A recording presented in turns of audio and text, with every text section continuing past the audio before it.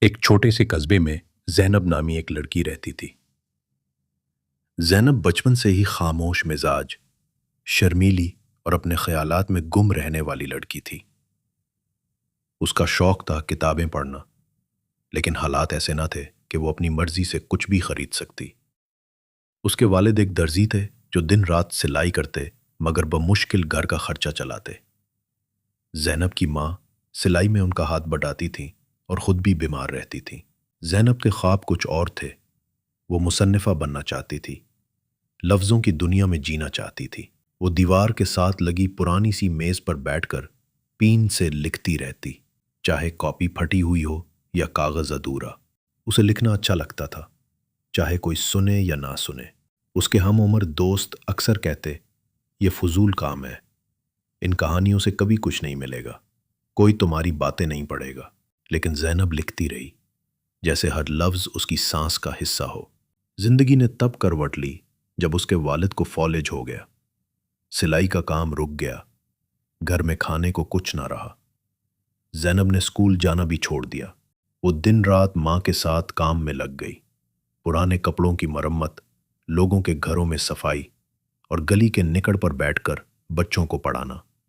جو کچھ بھی کر سکتی تھی کیا، مگر اس سب کے بیچ اس نے لکھنا نہیں چھوڑا۔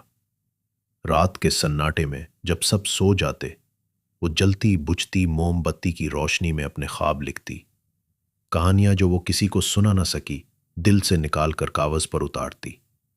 اس کے پاس نہ کمپیوٹر تھا، نہ انٹرنیٹ، نہ کوئی پلیٹ فارم، بس ایک کاپی، ایک پین اور بے پناہ جذبہ۔ ایک دن ایک خاتون جو شہر سے آئی تھی اور گاؤں میں بچوں کو پڑھانے آتی تھی، زینب کی لکھی ہوئی ایک کاپی پڑھ بیٹھی۔ انہوں نے اس کی تحریروں میں کچھ ایسا جذبہ پایا جو بہت کم لوگوں میں ہوتا ہے۔ انہوں نے زینب سے کہا، کیا تم چاہو گی تمہاری کہانیاں دنیا پڑھے؟ زینب نے جھجکتے ہوئے سر ہلا دیا۔